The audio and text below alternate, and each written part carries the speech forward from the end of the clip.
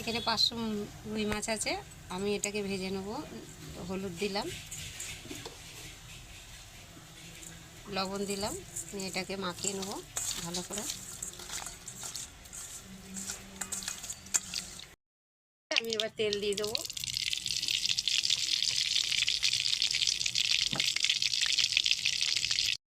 গরম হয়ে গেছে, এবার মাছটা আমি দিয়ে দেবো।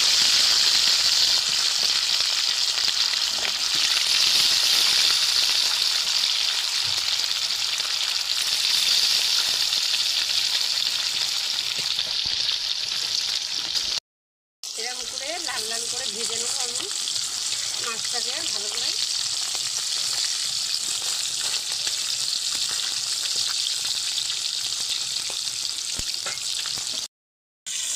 লাল লাল করে মাছটা ভেজে নিয়েছি।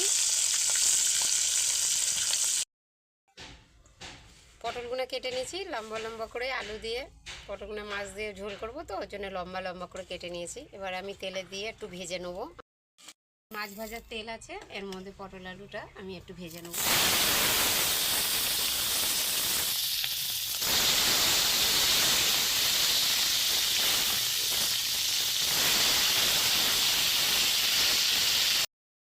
আলুটা ভেজে নিয়েছি, এবার কড়াইয়ে তেল দেবো, দিয়ে তরকারিটা চাপাবো।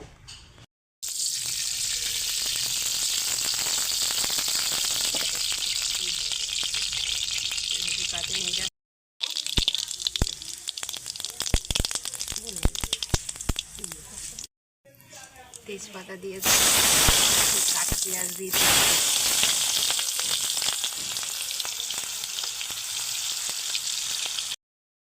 লাল হয়ে গেছে। এবার আমি এখানে মশলা দিয়ে দেবো, রসুন, আদা আর কাঁচা লঙ্কা আছে, এই মশলাটা দিয়ে দেবো।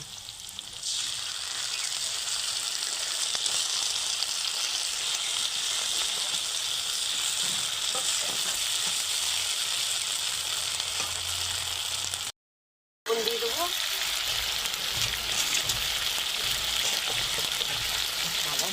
হলুদ দিয়ে দেবো,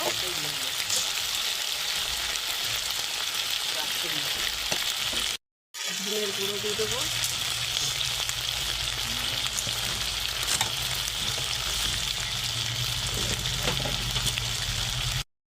জিরের গুঁড়ো দিয়ে দেবো। এভাবে করে মশলাটা কষিয়ে নেব।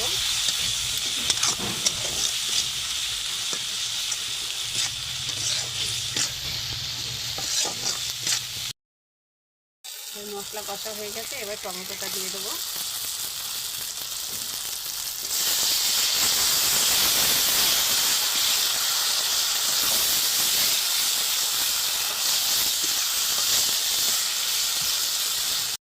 মশলাটা কষা হয়ে গেছে, তেল ছেড়ে দিয়েছে মশলা থেকে। আমরা এবার সবজিটা দিয়ে দেবো এর মধ্যে, পটল আলু ভাজাটা যেটা রেখে দিয়েছি করে, পটল আলু ভাজাটা দিয়ে দেবো।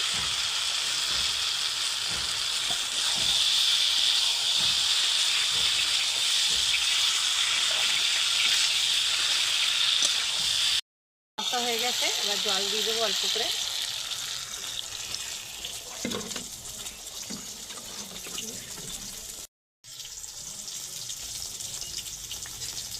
এবার জল দিয়ে দিলাম অল্প করে।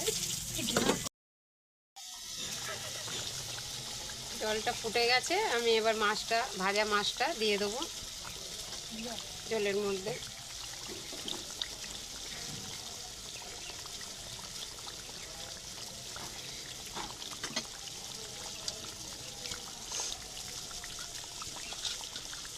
মাছগুলো দিয়ে দিলাম।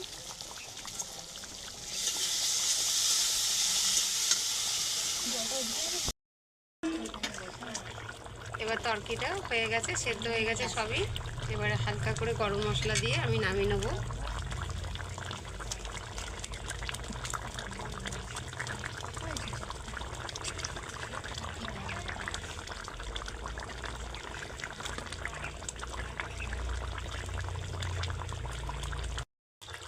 তরকারিটা হয়ে গেছে, আমরা এবার নামিয়ে নেবো। এরম করে পাতলা ঝোল করে আপনারা এই রুই মাছের তরকারি করে খাবেন, ভালো লাগে খেতে।